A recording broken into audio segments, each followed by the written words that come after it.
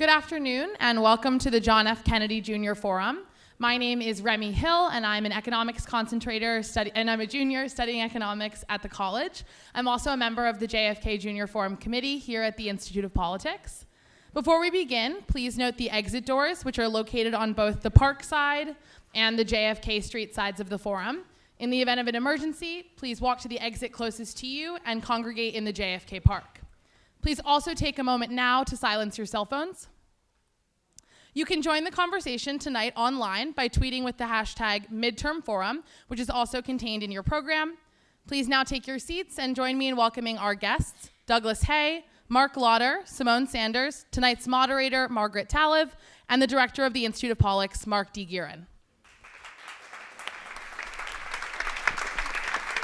Okay.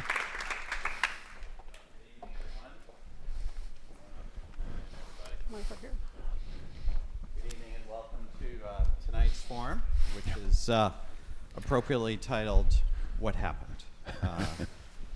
24 hours ago, we were gathered in this space and about to observe the election night results, and now we have the opportunity with extraordinary strategists here and journalists to really unpack yesterday's election. So we're very grateful to have Margaret Talev moderate tonight's forum. She brings a wealth of experience from her role as the chief White House correspondent for Bloomberg News, has interviewed President Trump several times, has really been covering campaigns and the administration, and brings that experience, as well as serving as president of the White House Correspondents Association. We have Marc Lotter here, who has service going back to his early days in local government from Indiana, and most significantly as the press secretary for Vice President Pence during the campaign and the transition in the early year of the administration. Now has worked in communications roles, so he will bring a very appropriate perspective from the Trump administration. And Doug Heye is here, well known to the Institute of Politics as a former resident fellow. He has literally served in senior communications positions throughout the federal government, as well as the Republican National Committee. We see all of them on CNN from time to time, so they will bring that perspective. And the missing chair will be filled rather shortly, as soon as the Uber car delivers Symone Sanders from the airport, a little delayed flight, but we will have the incomparable Symone Sanders here to bring her perspective. Symone, also known to the Institute of Politics, having served last semester as a resident fellow, and served as press secretary to Senator Bernie Sanders' presidential campaign. So a wonderful opportunity of two former IOP fellows, in the case of Doug and Symone, and a current fellow moderating, but all of them bringing commitment to public service, commitment to politics, and obviously a perspective that at the Institute of Politics we prize, that politics matters. So I will turn it to Margaret to moderate the panel appropriately entitled, What Happened? Awesome. Thank you all for being here. Thank you, Marc. Thank you very much. And thanks to all of you for being here. I know we all had a very late night last night, and a lot of midterm analysis already today, but this is a chance to dissect it with really three of the best and the smartest. And I think we're going to use the opportunity before Symone gets here to talk to two Republicans who really come at it from two different perspectives, day to day. And, this is what I'd like to start off by talking to you about. Not a lot of huge surprises last night in terms of the bottom line results. Democrats took over the House, Republicans held the Senate and gained some seats. But I'm interested in each of your takes on what practical implications this actually has. Has anything changed? How will this affect the way President Trump governs for the next 2 years, and what Americans can expect to see from Congress and the White House? Well, thanks for having me. It's great to be here. I don't think it's going to make much of a difference in terms of what President Trump hopes to accomplish. He's going to go full speed ahead. Now, will it hinder his ability to get it done? It will definitely alter that. But I think you'll see in areas where he can work with Congress, he will do so. In areas where he may take more executive action, he'll be forced to do so. And really, I think a lot of this is going to be determined by what we assume to be Speaker Pelosi, and how she wants to govern the Democratic caucus in the House of Representatives. I think the president has shown an ability and a willingness to negotiate. He's very transactional in nature. He's more, it's not necessarily driven by an overarching ideology, except I said I was going to do this, we're going to do this, or can we get this done, or we've got to fix this wrong, and so he looks at things very much in terms of delivering on the promises that he's made and getting things done. So will there be an ability and a willingness from Speaker Pelosi and Leader McConnell to work together to get something he can sign? That will fall to them. Okay, so Doug, Mark says not a huge impact, maybe a little harder to get policies through. Is that your read after last night also? Yeah, I think on the investigative side, as we all know, there's going to be a very significant impact. But what I'm more concerned about is I don't think last night was a wave election, although I kind of don't care about the terminology all that much. You know, when you win, you want to have a mandate, but it doesn't matter. You want to call it a wave, it doesn't matter. I see this as an unfortunate continuing of a realignment that I think is troubling for the country, regardless of if you support Trump or don't support Trump, or are happy about Nancy Pelosi being Speaker or not. And so much of what we saw was urban and suburban areas getting bluer and rural areas getting redder. And it means that the country is getting further apart from each other, at least in its politics, which we see manifesting itself so often in very ugly rhetoric, very ugly incidents that may have things to do with politics, may not have things to do with politics, and the country coming to a place with just what we've seen in the unfortunate incidents in Florida with the mail bombings, obviously in Pittsburgh as well, of where the country's at a dangerous point that doesn't have anything to do with Donald Trump's legislative agenda and how much of that is accomplished. It's how voters are reacting to what they've been seeing, not just over the past 2 years, but the past real 10 years. And the country coming to a place of where we don't talk to each other anymore, and we don't like each other anymore, and ultimately we don't trust each other anymore. And the more that continues, that's a problem for the president, it's a problem for the incoming speaker, and ultimately is a problem for all of us. And Mark and I will agree on, as somebody who's been very critical of Donald Trump, we'll agree on a whole lot of the policies. We'll agree on so many of the nominees, people that he and I both know personally and support. It's where I have a lot of problems with the president is on his rhetoric, where he doesn't help things, and in some cases I don't think help his own agenda, an agenda that I'm somewhat supportive of, in fact very supportive of on a lot of things. But again, the election was a reaction to things as much it was sending new representation to Washington or to governor's mansions. And just as an example, as a Republican, I want the Republicans to have as many governorships and state houses and state legislatures and House and Senate seats and so forth. There's only one state in the country right now that has divided government. That's Minnesota, or as a result of these elections, will have divided government. I think that's a problem. It's a problem that there's virtually no Republican Party in California. It's a problem that if you're running in, say, Mississippi, obviously there's a runoff, but there's virtually no Democratic Party in Mississippi that ever is going to have any kind of a sway in the state legislature. That's a real problem, and the country needs to figure out how to address that. Again, just some internal party business before Symone shows up. What did last night tell us about the identity of the Republican Party in American politics today? Is it sort of more squarely aligned with President Trump than ever before? What happens to the Chamber of Commerce Republicans, the Paul Ryan Republicans, the suburban Republicans,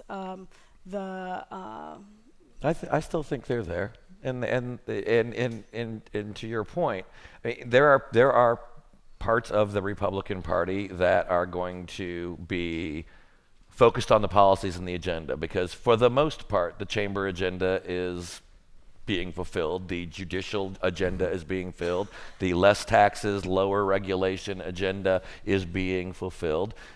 There will be folks that cannot get over the style or the rhetoric side of it. There will be people who can. There will be evangelicals that cannot get over the president's personal history. There are evangelicals who believe that he's putting people on the Supreme Court who respect the freedom of religion in our country.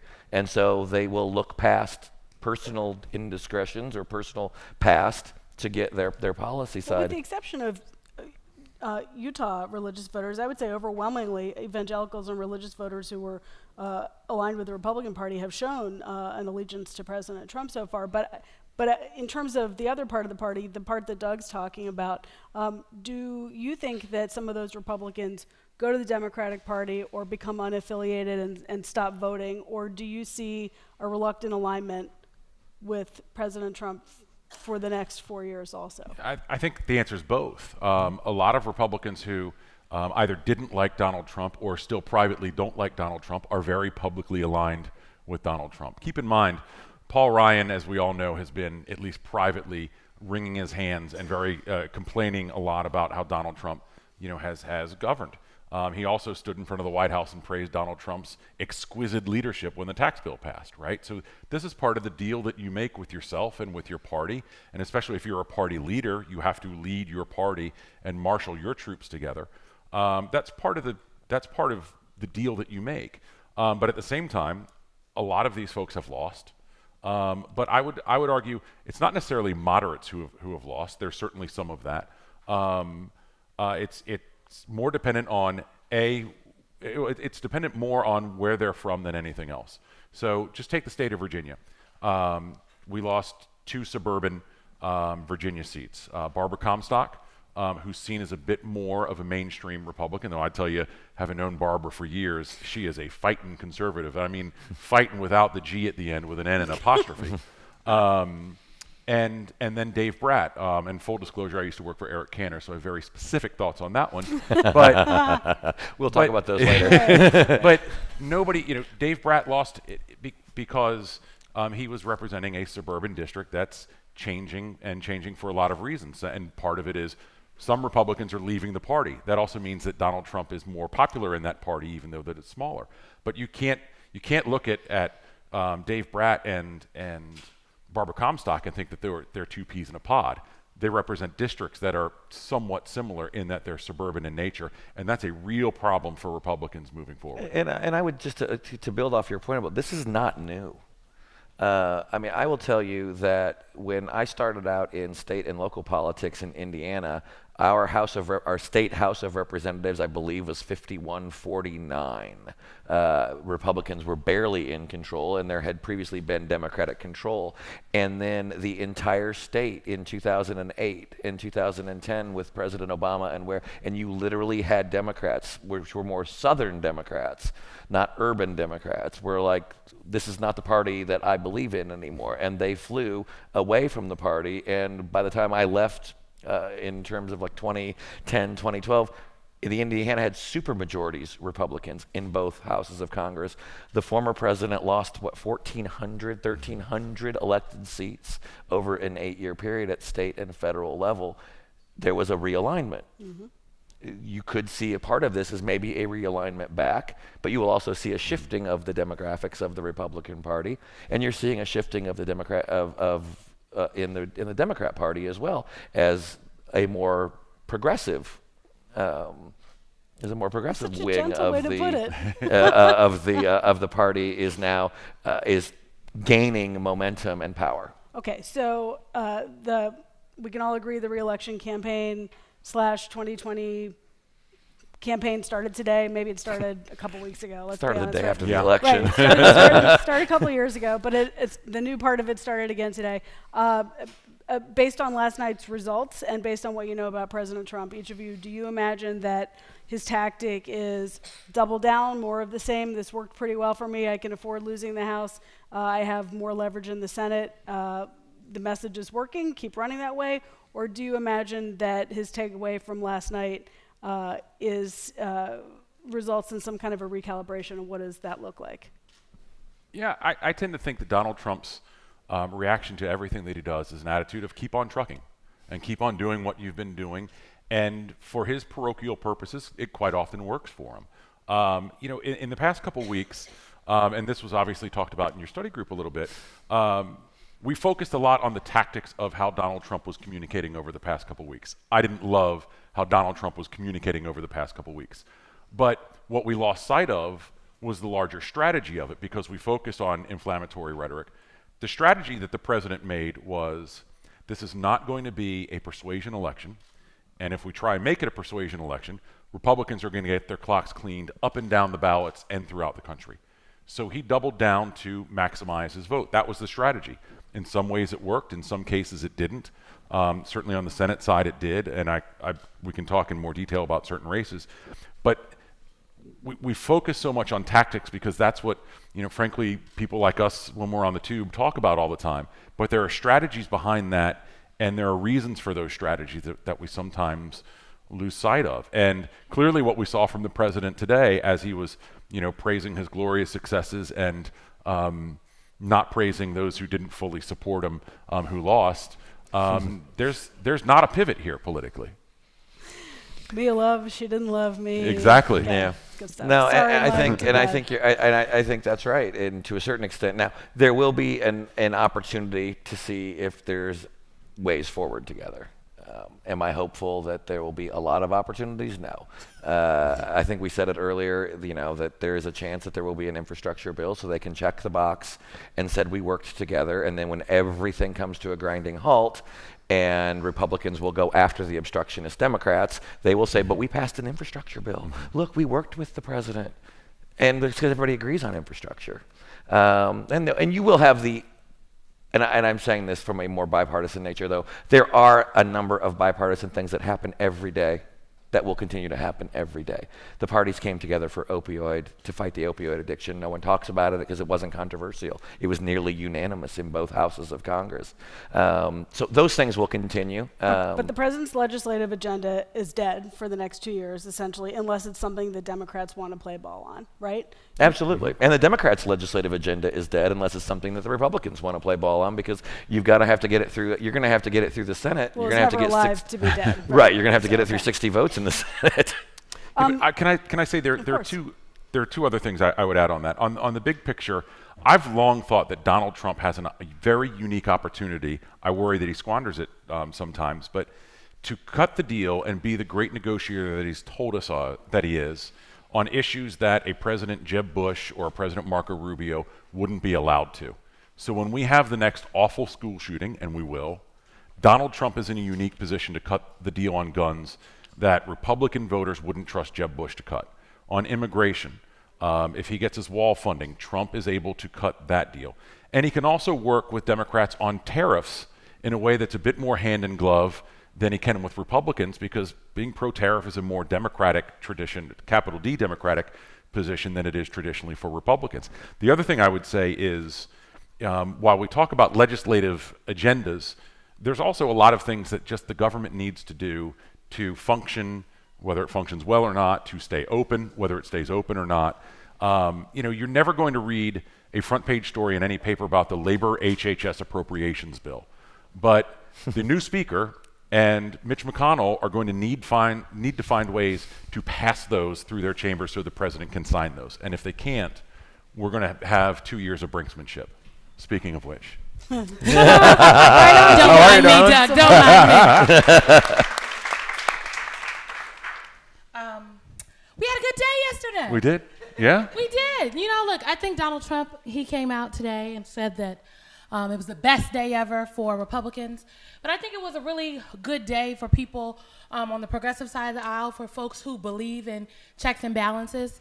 And I think the untold story, or the underreported story, is a story about how, folks have said that the Democratic Party has forgotten the Midwest, but the Democratic Party swept a lot of Midwest gubernatorial seats. They flipped a lot of state legislatures. So I think I would have liked for Andrew Gillum to be the governor of Florida. I would really like for Stacey Abrams to be the governor of Georgia. But I think overall, a story can be told about how, in some respects, there was a wave. And I think the wave was for checks and balances, for progress. People want things to be done. And I think that's what we'll see over the next couple months. Well, Symone, welcome. And we've been saving all the good stuff get the next for 4 your questions. arrival. We've just been warming up, Fair talking and about balanced. Republican spats and stuff. So two things happened. The Democrats took over the House of Representatives, and Jeff Sessions lost his job today. So let's tackle the first part first, and then let's move on to. But these are sort of interconnected events. But anyway, so. A new era of investigations presumably has begun. This is conventional wisdom, but the easiest, most obvious thing to identify as what has changed as a result of these elections. How do all of you see the Democrats being in charge of the oversight, subpoena, investigative, and to some extent the brakes on the agenda on the House side now as a result of all that? Practically speaking, what is that going to yield in the next 6 months? How will it change what happens in Washington and what Donald Trump's life is going to be like every day? Look, I think come January, when the new Congress is sworn in, you can absolutely expect there to be Democrats that are looking for answers on what happened in Puerto Rico. Folks now looking for answers on why Jeff Sessions was exactly fired.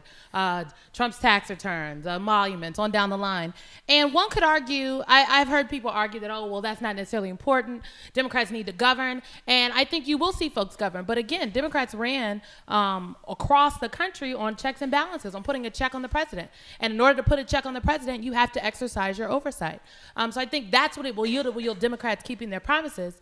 And I want to know what happened in Puerto Rico. I want to know why we failed millions of Americans. And I think House Democrats think that's important as well.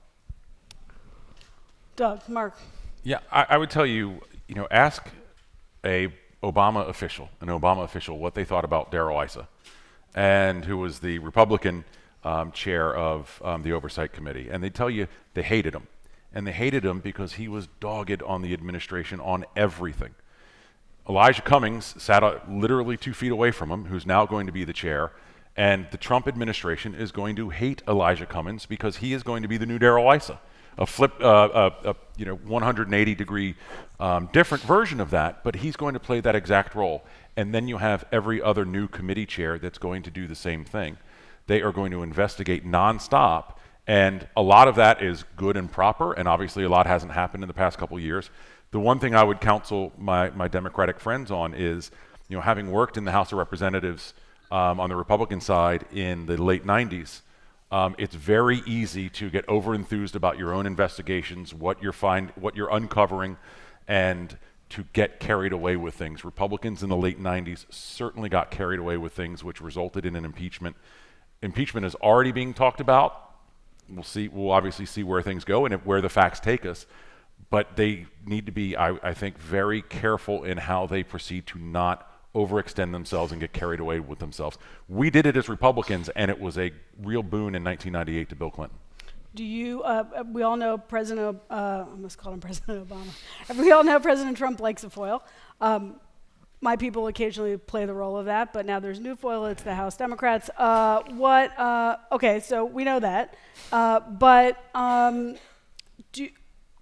Is the White House going to comply with Democratic requests just as a matter of course? Are they going to abide by the investigative process, or is everything going to be a court challenge? Everything the Democratic committees want in Congress with the new improved judiciary. I couldn't even begin to speak for the White House on that subject. It is legal. I think where the House will overstep its authority, it will be met with challenges, and if they are within their rights, then it will be. But the one thing I think we've got it. Here's one of the very fundamental differences in your reference back to Darrell Issa.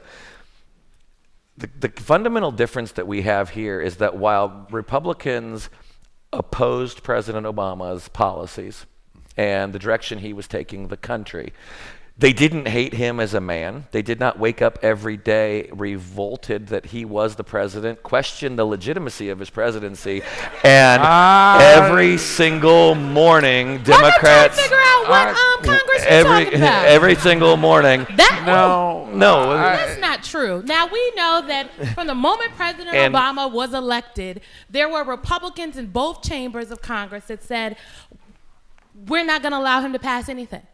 We are going to be impediments to his agenda every single That's day. a legislative. And we want to make him a one-term president. And so that is a legislative prerogative. That is not waking up and having right, investigations because we don't believe in your existence. I think what's important to note here is that Nancy Pelosi and other Democrats came out today and said, look, we want to get something done where we can get something done, but we're going to dig our heels in where we can. Now, there's pieces of the Democratic base that don't want to hear a bipartisan conversation, but Democrats know that they can't take the House and then not do anything leading up to a Democratic presidential primary and a general election in 2020. So they're very well aware they have to do something. They're not all about obstruction, as I think some of my Republican friends were not too long ago. Yeah, can I split the difference here a little bit? Please, Doug. One, I think that Nancy Pelosi and the Democrats were absolutely committed to Donald Trump being a one-term president, and that makes sense, just as Mitch McConnell wanted to make that for Obama. But the difference is, and I say this having sat in a lot of Republican House conference meetings and worked at the Republican National Committee, you know, a lot of the rhetoric that is used towards the president I find to be very unfortunate. A lot of the rhetoric that Barack and Michelle Obama were subject to was not just unfortunate, but was blatantly racist. And when you see a Republican senator or a Republican House member, let's say from Iowa, let's say his name's Steve King, stand up, or Louis Gohmert from Texas, or others, Dana Rohrabacher, stand up and make jokes about the president being from Kenya, that's a problem. When the first black president or first really credible candidate who ultimately then won is asked 1 million times by what turns out to be a successor to present your birth certificate, yeah, that's a problem.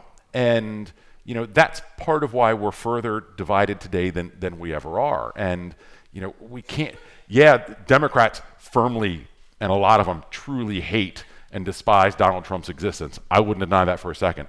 I've been in too many meetings with Republicans who felt that way about Barack and Michelle Obama, and remember, didn't question, you know, I remember I had to deal with a comment, a joke that a friend or a colleague at the Republican National Committee posted about Obama being a Muslim on Facebook. And I had to not just make the statement that we're not going to question Barack Obama's religion, but that we're not going to question his Christianity. The current president of the United States questioned Barack Obama's legitimacy as a citizen. That's a problem. And I think that's part of the original sin that Republicans have that will cause us and still cause us to have real problems to even have discussions in minority neighborhoods. And until Republicans fix that, we're going to continue to have a suburban and an urban problem. I want to talk about the suburbs. I do want to talk about the suburbs, but quick show of hands.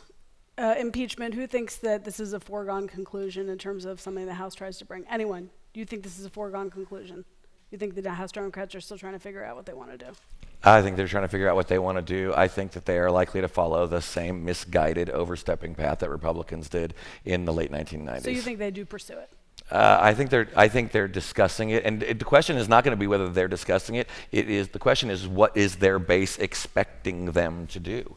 If they're going to punish every Democrat who negotiates with the Republicans or the president, will they be penalized? Will they expect every Democrat, especially the progressive ones, to demand his immediate impeachment and removal from office? It's going to be interesting to see how it is. Is this the prevailing view in the White House? Is the expectation right now that they have to prepare for that is most likely the path that they'll have to play defense on? I would anticipate that they are focusing on a legislative side and knowing that there will be an endless stream of subpoenas and investigations, but I would not go so far as to say that they're gearing up for one possibility or another, because right now it's we don't even have Mr. Mueller's the conclusion of that. We don't have anything. Doug, what do you think? Is that for grabs? I would tell Democrats to beware of the backbenchers who urge you to fight harder.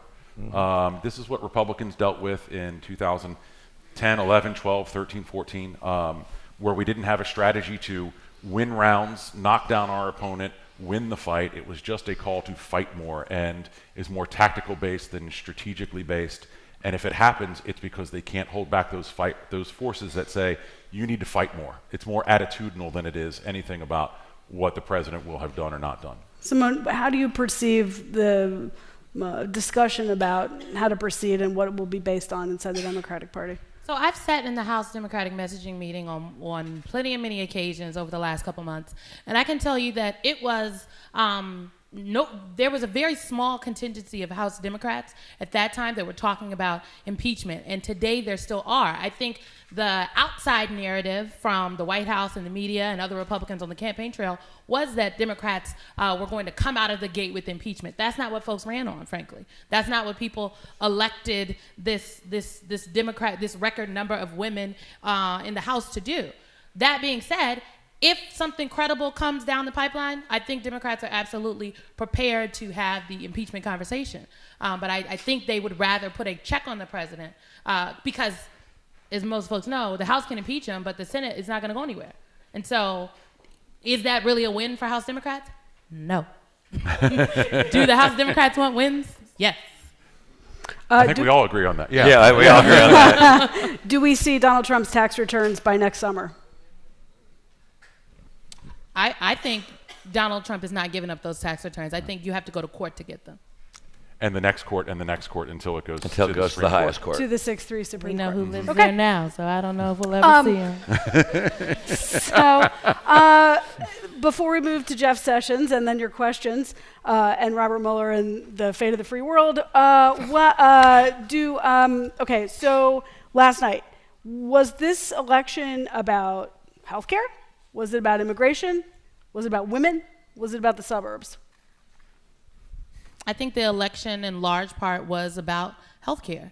I think there were, remnants, depending on where you look around the country, about immigration, some places education, but overall, I think it was about healthcare. It was about access. It was about putting, for some people that elected House members, it was about putting a check on the president. But, in Utah, Idaho, and Nebraska, they expanded Medicaid via a ballot initiative. In Florida, they now 1.4 million folks are re-enfranchised with voting rights. I think it was about access to our democracy and folks not liking what they previously saw. That's why Scott Walker lost his job last night. So I think largely healthcare was the overwhelming theme in this election. I think it was clearly about the economy, keeping it going, keeping the growth going with rising paychecks. And do you want to go back? Do we want to go back to the slow growth? Do we want to go back to the way things were when we had a military that was falling apart? And so it was a question of, do we want to keep America moving forward in the direction that it's currently going? Especially as you look at those Senate results, you saw that the answer was yes across a broad swath of America. Doug? Yeah, so I think it depends on where you were, and that's where, again, we saw blue areas getting bluer, Republicans struggling in suburbs, red areas getting redder. By and large, there were some exceptions, for instance, like Chris Kobach in Kansas, and so forth. Candidates matter. Which is not one that candidates matter, and candidates that's not one matter. I'm upset about, by the way.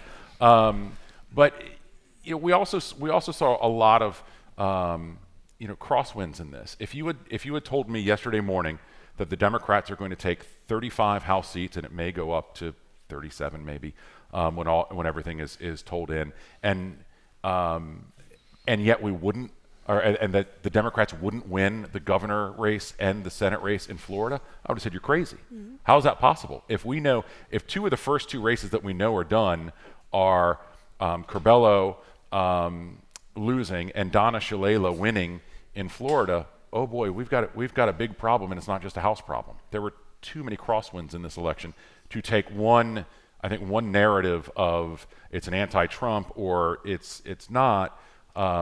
It depends on where you were and what people were reacting because to. suburban voters voted on healthcare, right. and rural voters voted on but again, with the economy being exactly in such a great place, that enormously benefited Republicans. And I do think the big takeaway of this last election result is that progressives outside of the coasts don't work. That's not true. Beto got beat, you got Gillum beat, Abrams beat. Those were often close races in places that probably shouldn't have been that close. They were close races, but the fact is you have to match the candidate with the district. And in those examples, you had a candidate that was too far out of the mainstream of the state's They're three beliefs. of the biggest states in the If I could just and say, they lost. Despite being hyped up. I think that totally erases the fact that Democrats are now have the governorship in Wisconsin, they have the governorship in Michigan, that they have the governorship in Pennsylvania. Like, yes, Stacey Abrams and Andrew Gillum did not win, but they came awfully close. And frankly, we can't talk about Stacey Abrams losing without talking about unprecedented voter suppression efforts in Georgia. We can't talk about the irregularities that happened at the ballot box. And to say that the candidates have to match their districts, I'm not sure what that means, but I think Stacey Abrams and Andrew Gillum were sons and daughters of the South. They are products of their environment, and I think we will be able to see progressive candidates like them win governor's races in the future. But it does speak to a question about the path ahead, because if you were offering free advice to the Democratic Party, which I know that's like your favorite thing to do, is that you would be saying, please nominate the most progressive candidate you can find for president. that you would be saying what works in House races may not work for you in a presidential race, in a national race with an electoral college, where kind of the Senate side of the equation or the geography side of the equation matters as much as the population center. No, absolutely, and I think that's another one of the big takeaways, though, is that while there were successes on the House side, for Democrats, which are very small, tailored districts, they are either urban, suburban, rural, or a combination thereof, to a certain extent. On the statewide scale, when you have a larger swath of population representing all of the areas, the Democrats did not do well. They did not fare well. They did not hold up. I just want to say one more thing. Hillary Clinton in 2016, I know for a fact, didn't knock doors in Wisconsin, Pennsylvania, and Michigan. And that's where she lost. Last night, Democrats picked up real gains in Wisconsin, Michigan, and Pennsylvania. And so to say that we are not well positioned for a potential 2020 run, to say what folks ran on, Gretchen Whitmer ran on health care, she ran on reproductive health, she ran on an economy for real working class people, not corporations, that's in Michigan. And so I think that we should be careful to paint the picture that it seems bleak for progressives come 2020. I think the person that can win a Democratic primary will, one, be a person that can win black women, because there is no path to a Democratic primary without black women. But the person that can beat Donald Trump will be the person that can cobble together a coalition, an intersectional, intergenerational coalition across the entire country. And Wisconsin, Pennsylvania, and Michigan are key to that. It's also true that the person who can win a 23-person primary may be different than a person who can win a general 10-person election. Yeah, but I think I understand your point. I agree with it to some extent. The only thing I would add to that is, to me, I think, and this is the lesson of Donald Trump. Donald Trump didn't win because of issues by and large. I mean, yes, there was the wall, but the wall was attitude. Donald Trump won because of attitude. And what I question of how the Democrats are going to react to Trump when they face him directly again is the Democratic primary process going to be one of attitude or one of issues? And I think it'll be both. It'll have to be. That's why I think the primary is going to be long. You can't remove issues from it, but we haven't talked about them in at least a week. Thank you for this. But there's a whole movement of maybe we need to be more like Michael Avenatti and confronting the president on everything. You said it. And you threw it in the mix. Sure. But the Democrats are going to decide how much, what they are looking for in a candidate in attitude, as much as it is what position they take on $15 minimum wage, for instance. Agreed. But again, someone said last night when I was sitting on the CNN panel, we were talking about potential 2020 candidates because it was like 4 a.m. in the morning because everyone was watching. And we were talking about women and how the House sent a record number of women, and perhaps that means something that the base is looking for. And someone noted, well, Hillary Clinton was a woman and that didn't work out well. I think Hillary Clinton was a very, very specific case. And I do not think we can judge 2020 off of 2016. I think it was a very specific case. She did not knock doors in the places where you should knock doors. She didn't even go to the state.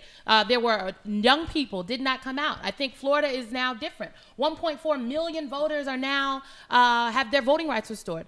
A number of those voters, folks believe, might break Democratic if they in fact get registered to vote. In Georgia, 1.2 million people were new voters that cast ballots in this most recent election. If you can keep those folks engaged in the primary and then again in the general, I think you can pick up some electoral college votes. So I truly do believe that the Democratic primary on the presidential side will have to be a long contest. People need to be battle tested. You need to know what folks have in them if they're going to go up against Donald Trump. But I right now, I can't tell you that Michael Avenatti or Kamala Harris is the person that's going to win the Democratic primary and the person that could beat Donald Trump. I don't think any of them, off the top of just looking at the field, we know right now. Right. So you're going to have to fight it out. And I would say when I talk about attitude, and it's not an Avenatti endorsement, of course, I know, Doug. I know. The closing message of Hillary's campaign, wherever she went or didn't go, was children are watching, and this man, Donald Trump, is destructive and will be awful for our children. And how more and more Democrats are campaigning right now, and we saw it with Beto last night, is drop an F-bomb here, drop an F-bomb there. That's also Kirsten Gillibrand. That's Kamala Harris. Do we see more and more of that? Do we see Democrats become more like Trump to oppose him? F-bomb. That's so quaint. That's like a little children are watching, Margaret. Realm of what we're talking about. And I think, but I also think we would be remiss if, in addition to the personality, the style, which are very interesting and very important discussions on this, you're also going to have an incumbent president running with what right now, looks to be one of the strongest economies that we have had. And I think you're right. And you are also going to have a president going into Michigan, Pennsylvania, Wisconsin, facing a party that told the blue-collar workers that their jobs were going away and it would take a magic wand to bring them back. They are back. They're coming back. More are coming back, and wages are going up. They will remember all of that, and trust me, Republicans will remind them that it was the Democrats that told your jobs could go away and you didn't matter. I think what the economy looks like a year from now, certainly, absolutely, is going to be a huge, major headwind shaping what that 2020 I would like to say like. also, we should absolutely remember one thing. And I don't mean this to be disrespectful. This is a historical fact. That the reason why there was a President Bill Clinton was because no serious Democrat would actually run against George H.W. Bush right after the Gulf War when he had 90% plus approval ratings. Most of the so-called serious Democrats said, I'm out, I'll catch Vice President Quayle in 4 years. And that was their plan. And then we went into a recession. He ran a horrible campaign. President Clinton ran a brilliant campaign. I will definitely give him that. And so much of this is about timing.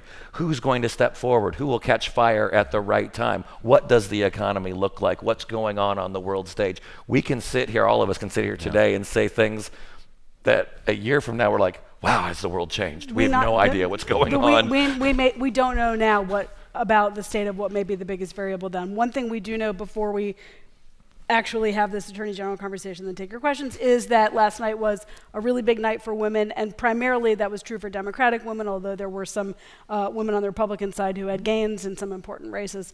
I'm curious to see how that actually manifests itself, both in terms of governance on the House side and in terms of momentum heading into 2020. And I hope when we get to the questions part, we'll have time for that. Really, because we are going to take questions now.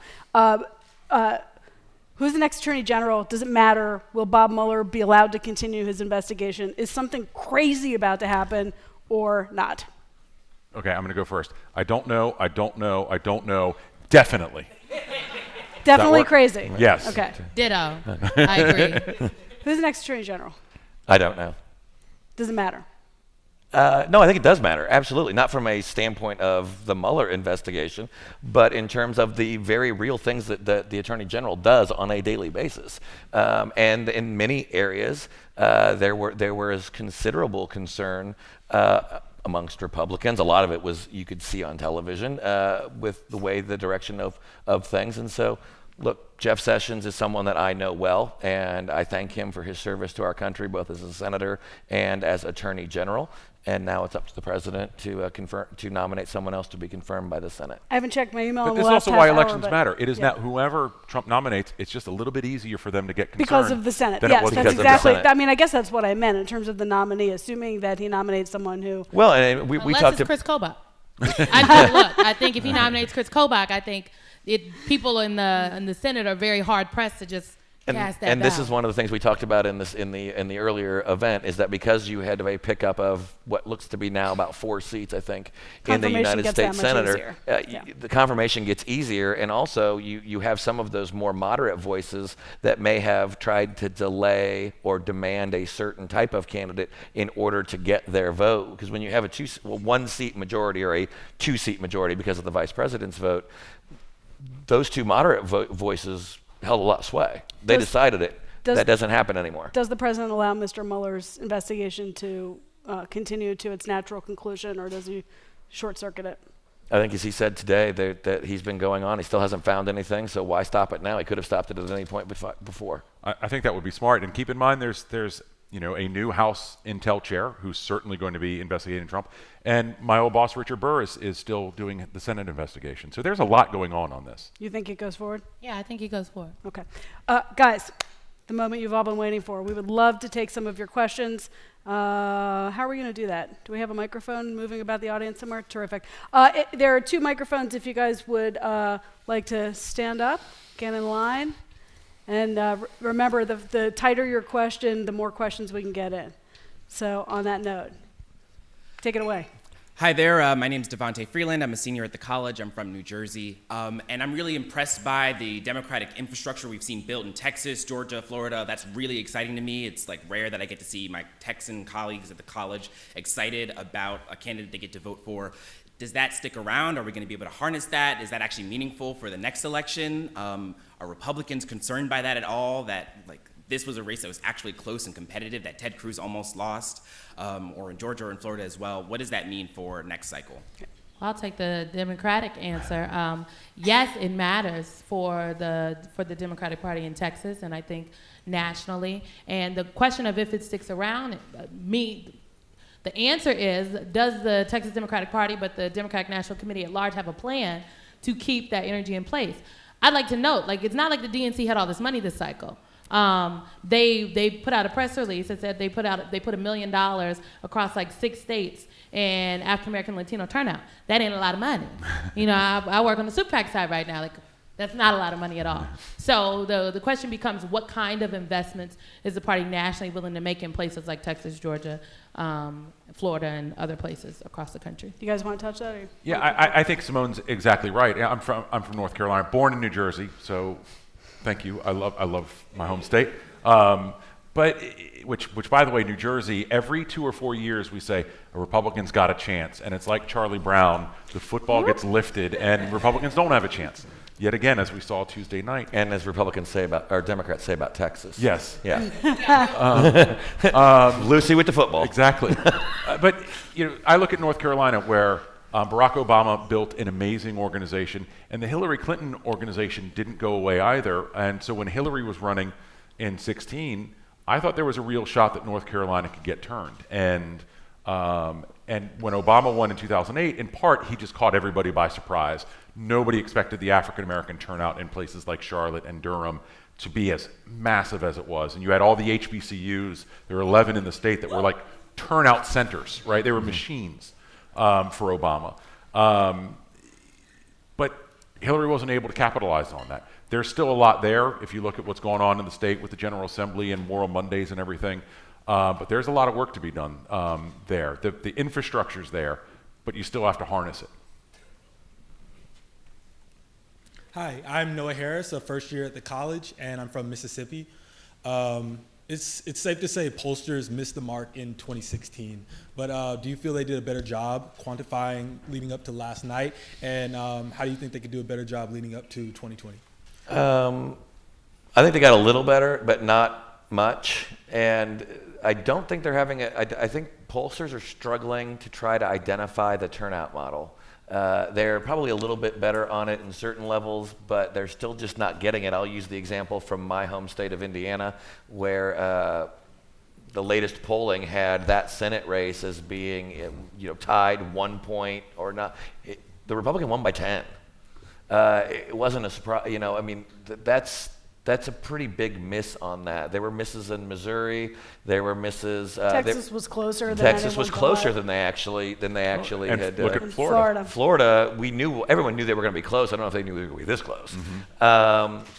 And the other question we've got to figure out also is, and I'm going to start questioning as we start looking at these exit polling, you saw an enormous focus by both parties on absentee ballots, early voting. Those aren't being captured as part of the exit models. And so how is that going to incorrectly potentially shade the data that we get out of? Because different kind of people are voting early, absentee. So we have to look at all of that. And the other thing I'll tell you is we had zero polling, or at least good polling, in some of the smaller states. Montana, and literally, I've been involved in some conversations where the media was like going, what are we going to do? Because there's no media that is going to spend money to go poll in Montana. It's a challenge. But it should be a little easier when you don't have to factor in the Electoral College, and maybe that's part of it. That just adds that one extra hurdle of hard on top of everything else. So, the other thing I would add is there's, because I agree with every word of that. There's also a difference in how we look at polling. We see national polling and the approval rating of the president and what have you, and that dominates everything. I mean, you really have to, and there will be mistakes done on the state level, but you have to look race by race by race. And if you, especially in 2016, you do that, it's pretty clear that Hillary's actually got some troubles on the Electoral College, which we all disregarded. Absolutely. I think the other thing is, to the point about turnout modeling, in 2018, I don't think pollsters had a really good idea of who was actually a likely voter across the country. And I think that's going to bode true for presidential primaries on the Democratic side and then the general election. And so how do you figure out who was an unlikely voter when voter registration is up in so many places, different things motivate different folks? So I think it's a challenge that, it's for the pollsters to confront. But I also tell you, though, one lesson I think we learned from 2016 that the Democrats will have to answer, and I don't want to speak on behalf of your party, but I'll give you a warning. When you have these very wide primaries and you start whittling it down, and we saw this, obviously there are still elements of the Republican Party that are not fully on board with President Trump. There were elements that were very vocal against President Trump during the election cycle. As you are going to whittle this through and elbows start getting thrown politically, it gets harder to model, well, are all of this person's voters going to move over and support our nominee? Are they going to be less? Is it going to be? And that's where you really get to some very difficult complex polling decisions. I think we have probably time for one more question, or maybe two if we're really fast, but let's give it a shot. All right, I'll try to be fast. I'm Russell Citron. I'm a student at the business school. My question is, what do you think the impact of the results are on the 2020 election? The reason I ask is I think it's sort of easy to jump to, Democrats have control of the House, which is a win. But longer term, I can sort of see the angle where, if the economy keeps growing, Trump has a really easy angle in 2020. And if it doesn't keep growing, he also now has a scapegoat that he couldn't actually do what he wanted to do because the Democrats control the House. Do you see it really as a win for Democrats? And if not, sort of what is the impact you see on 2020? I think there were wins for everyone last night, but the Democrats taking the House is a really big win. The Democrats winning governor's races all across the Midwest, flipping over 200 state legislative seats is a win. Like you talked about North Carolina, we ended the supermajority of the Republicans in North Carolina last night. So I think that is a win. I think the thing about the economy is, I think folks forget the economy was really, really good when President Obama was going out, and Hillary still ain't win. President Obama ran all across the country yelling about how great the economy was, how he was on the ballot, how history is on the ballot. And folks still didn't come out to vote for her. While I think the economy is doing extremely well, GDP is up, Folks in Clarksdale, Mississippi, where my grandmother lives, they don't know GDP, but they know that their wages are stagnant. And so I think the conversation about the economy, which is I wish we could have more of those and less about the wall. But I think the conversation about the economy is an interesting one that will hopefully play out in 2020, but I am skeptical because Elizabeth Warren and Bernie Sanders in the Democratic primary will absolutely want to talk about the economy. Is that what, Cory Booker, I love him, running around the country talking about love. And I told him this to his face the other day, so I don't have a problem saying it here. So what wins out? And then you got Michael Avenatti, it's like, kick him. So do we even get to a love and money? Right. Yeah. Do we get to a real conversation about the economy? And then the president did not run on the economy in his closing argument here in this midterm election. He went all across the country, gave little blips about the economy, and he talked about everything else. So I don't think he'll be laser focused in the 2020 election to also talk about the economy. I say we should be very cautious in overreading any midterm result. President Obama lost 63 seats in the House and 6 seats in the United States Senate and cruised to re-election 2 years later. President Clinton lost 54 seats in the House, 9 seats in the Senate, and cruised to re-election 2 years later. Even Ronald Reagan lost 26 seats in the United States House of Representatives. Senate held firm, and he won 49 of 50 seats or states 2 years later. So it Marc doesn't Lotter mean a lot. predicting Trump No, I did cruise not. to I am re-election. not predicting 49 of 50. I would say, you know, we overanalyze this in advance sometimes, and before every election, there are cranks in both parties who say, you know, we want to come within 2 or 3 seats of taking back the House, but we don't want to take back the House because we don't want to be the foil. Look, I say this as a Yankees fan. We're in Boston, where y'all unfortunately won the World Series. You don't save your relief pitcher today because you're going to need him tomorrow. Win the game when you can win the game. If you can take back the House, take the House. We got 1 minute left, and I'm sorry I entirely missed you up there. Upstairs. Oh, wow. They're upstairs Focused mics. on the microphones down here. Take us out with the last question. Make it an awesome one. No pressure. I don't know about that. We'll see. I'm a senior from California at the college. I'm a senior from California at the college, and I was wondering what Democrat control of the House means for different federal agency policies. So, for instance, oil drilling on national wildlife refuges. Is this something that Congress can work with, or is it something that we have to work on for the next election? Very little. Most of the regulatory process is handled by the agencies themselves.